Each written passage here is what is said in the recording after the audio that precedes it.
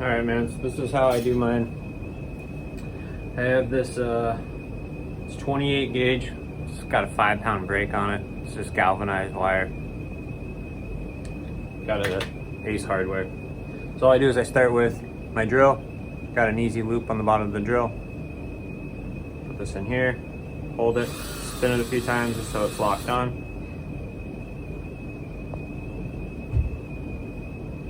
Set the drill down. One thing I did is I screwed this down to the table so you can get some tension and this thing's not going to move around, just the top board here. Take my wire.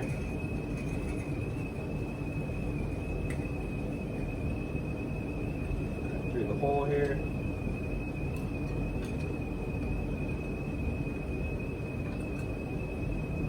If I can get it through the hole. There we go. All right, lift it along. Just feel a little tension on it. Make sure it's nice and taut. Get some grips. Keep that there just to keep some tension on it. All right, so now we got our wire down on the board. Pull it back so it sits a little flush. There we go. You get your dubbing wax. I use just Elmer's. Anything that's, you know, a little adhesion. Get this here. Doesn't have to be crazy, but you don't want any clumps, that's for sure. All right, so we got the dubbing wax on. Take our material. If you're doing dubbing brushes in your video, you had dubbing brushes, I'll just use the bucktail just for the purpose because I have way more of it. Same idea. All right, get your bucktail or your material. Got some good clumps. Same as most stuff, you just want to get the little stuff out of there, right? All right. First key thing I really noticed here, once you're applying the bucktail, try to keep these ends, you know, you set your distance, but try to keep these not so much of a tag end hanging over because that'll start to snag as you start spinning the brush. All right, so I come in here, start laying my bucktail. You want a decent amount of it, but you don't want to get a ton because as the wire spins, it's going to start condensing, and then if you have the stuff really packed in here, then it's going to get really packed and it's just going to start fumbling up all over itself. It'll look like shit.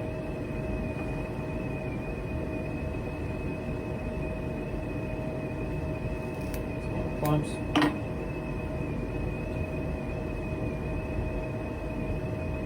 In here, place it down.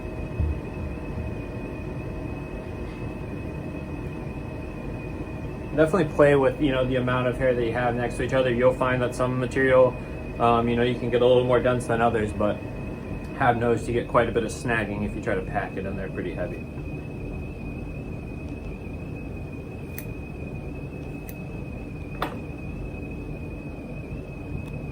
Okay. Oh, it's a little messy.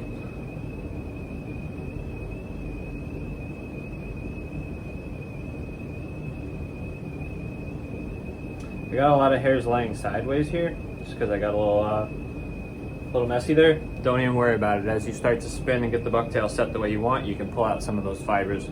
Not a big deal.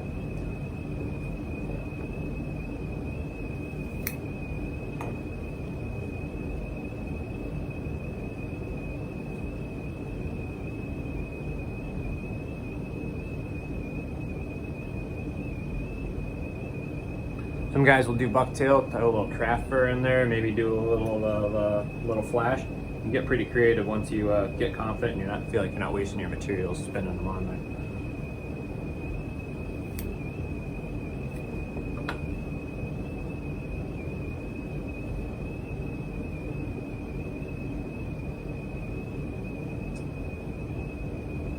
All right, we'll do one more clump.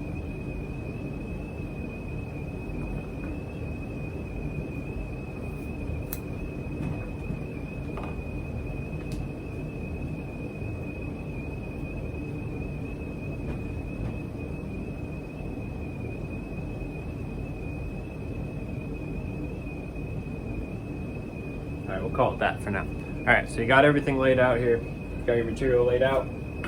Next, I'm gonna take clip off. I'm going to take my dubbing wax and hit the top side of the wire where this hair is going to lay down.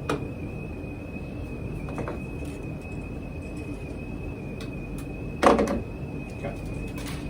Walk my wire back over. Before I lay my wire down, I'm going to put it through this loop. Okay? Pull it, pull it, pull it, pull it, pull it, pull it. Okay. Keeping this tension in my left hand, I'm going to lift up my drill just ever so slightly and start to spin. Got about 6-7 spins in there. You can see that this bucktail right here is starting to mess up. Not a big deal. Got tension on it, I can let go of that wire. Now I'm going to take my board from underneath and just remove it. Boom. Now we have, as you can see right here, this bucktail is starting to mess up a little bit. That's all right. Kind of correct it, straighten it out a little bit, straighten it out. I'll come through here and adjust some of these ends. It's like this. You can even take some scissors to them if you want. Really push those ends. So now I have the hair kind of exactly where I want it. I'm going to move my drill slightly towards me so that these hairs can effectively spin all the way around and not get caught on this back end board. This is where bolting this in helps because I can still keep my tension to my drill and just swing the hair out a little bit like this. And as you watch, I'm just going to hit the drill heavy. Okay, we got some spins in there. You can start to see that this is starting to look pretty good. Hairs are still a little loose. All I'm looking for is to make sure that they're staying vertical and not getting hung up on each other. They look pretty good. Got a little bit of snagging going on. I'm not going to worry about it yet. I'm just going to keep spinning.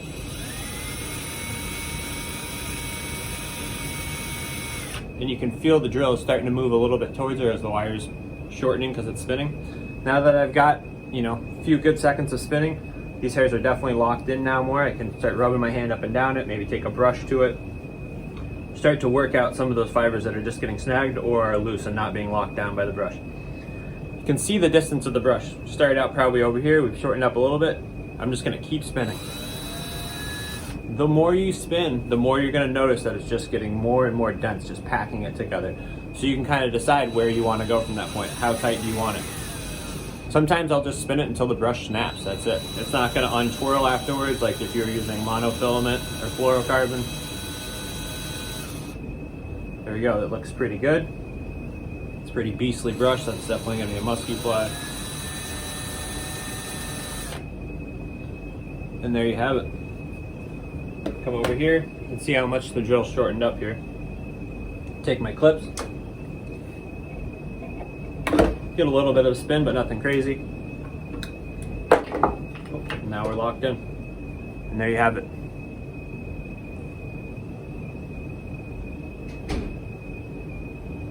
Hope that helps out, man.